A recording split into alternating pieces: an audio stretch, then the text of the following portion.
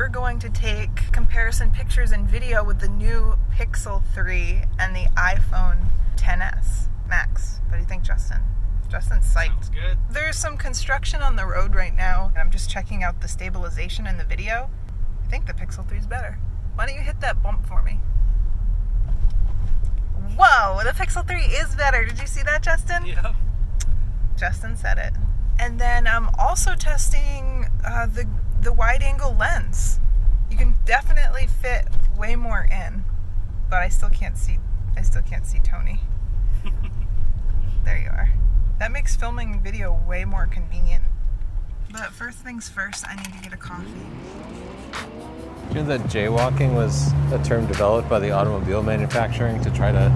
Oh my gosh! Oh. They're so cute! Can I say hi? Can I say hi? Yeah. So handsome. Oh, I know. I don't trust him either. Justin, really? you Camera scared shy. Full disclosure, Google brought us out to New York City so we could be the first to test the Pixel 3. The Pixel 3's 4K 30 FPS footage looks pro unless you zoom in.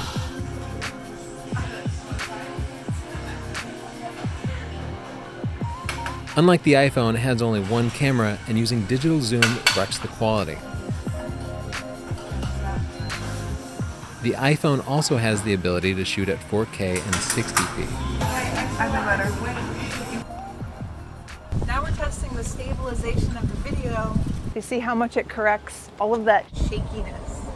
It's close, but the Pixel is a little smoother. The iPhone's exposure of Chelsea's face is better, but the iPhone lens shows terrible flaring. It's really, really windy. One thing I really like about the Pixel 3 is that you can just double click the button and it opens up your camera immediately. The iPhone's pretty easy. You can just touch this button. It can flake on me a little bit. I like the double click. I just like it, okay? Just like it. Both cameras have a portrait mode, which simulates the bokeh of a big fast lens on a real camera to blur the background out. So my questions are, how does it naturally handle blurring the background when there are stray hairs covering up the background? How does it handle the fall off of bokeh? Is the bokeh nice and smooth as the background fades away, or does it happen artificially? Let's see. You'll definitely get the stray hair demonstration. I've got that locked down. Oh my gosh. Honestly, both these portraits look bad, but in different ways. The Pixel photo is wider angle, it's underexposed, and way over-sharpened. The iPhone HDR processing eliminated the shadows from her face and oversaturated the colors, but showed more natural detail without over-sharpening. What is up with the way the iPhone processes portraits? It looks like there's heavy beauty filters applied, but they say it's not.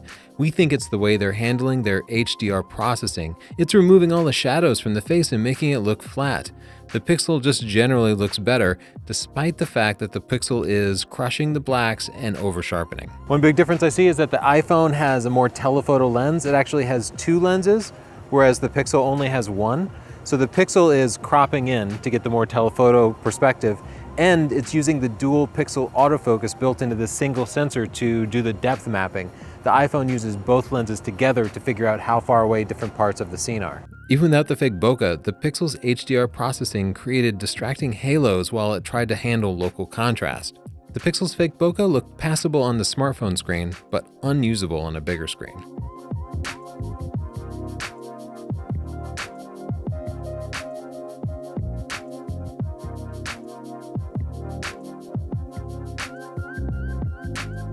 The iPhone's fake bokeh also sucked in areas of detail, but these were really challenging circumstances with the hair flying everywhere.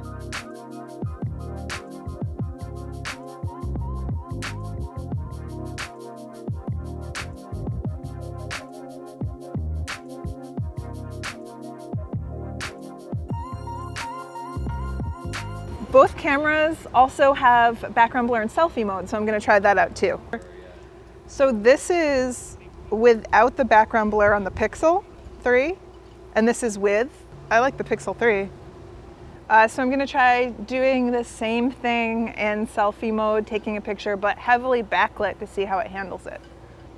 So the flare is far less aesthetically pleasing in the iPhone. You can see that there's these big circles around my face, and they both have that awkward green flare, but this one's a little bit smaller on the Pixel, and also the picture is just cleaner overall. Let's try backlit in portrait mode. Both the cameras jacked up the bokeh in her hair a little bit, but the Pixel did much, much better. Flaring varied from scene to scene, but generally the iPhone flared more. We made sure both lenses were clean.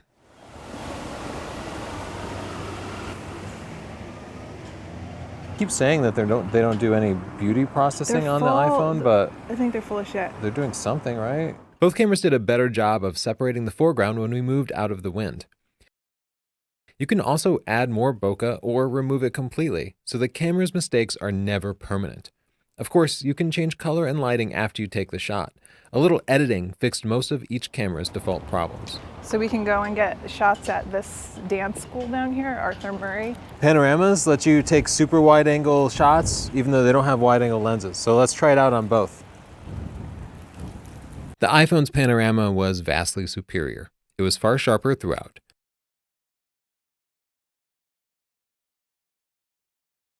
The stitching was generally better, though they both had serious stitching problems in this challenging scene. The Pixel also has a spherical panorama mode where it stitches together a lot of photos. The spherical panorama was unusable, as was every other spherical panorama we attempted. The third-party apps do a better job on both phones. Well, now we're going to go to our daughter's soccer game and test out the slow-mo features on both phones. Both cameras produced shareable slow motion, but the iPhone footage was noticeably sharper and it had better color. Though neither has a true macro lens, the Pixel 3 showed higher magnification and more detail when working close up. With a handheld night shot, the iPhone had better sharpness and white balance. However, Google is planning an update that should improve night photography. We're doing a giveaway. You can pick between these two phones. Just go to freesdp.com. And if you actually want to learn how to take better pictures, check out our book, Stunning Digital Photography. It's a video book, 14 hours of video. You can get it at northrop.photo or Amazon. If you go here, you can get 20% off with the coupon code PIXEL. Chelsea, as a professional photographer, which of those two cameras is best? I think I would lean towards the Pixel. I like the colors better and the contrast, the color contrast and just the contrast in general. I really like. I didn't feel like it was a clear win though. Like sometimes the night shots were better from the iPhone, and as I went back and forth, I could go either way. It was kind of like they were really equal. Initially, when I first started shooting with the Pixel 3, I was like, holy moly, this blows away the iPhone. And then I started kind of getting more controlled with my testing. So I would go the same lighting, the same subject, and I'd really zoom in. I'd be like, no, they look about the same sharpness. They look pretty equal, but you can see the differences in some places. And if you're a serious photographer who's thinking about shooting raw, you can kind of forget it with these two cameras because they both heavily rely on computational photography where they're stacking multiple images, and that does not go into the raw file, that only goes into the final process file. The raw files actually look worse. And I think to compensate for that, both developers need to give us some control over that initial processing. They need to let us change the sharpening levels, the contrast, the color. If you'd like to see us review those new features on the Pixel 3, we'll be doing that soon, so subscribe and hit notifications so you see that video. Give us a like and comment down below if there's any other questions you have about our testing or if there's anything you'd like us to test. Tell us what your favorite smartphone is and what smartphones you want to see us test in the future.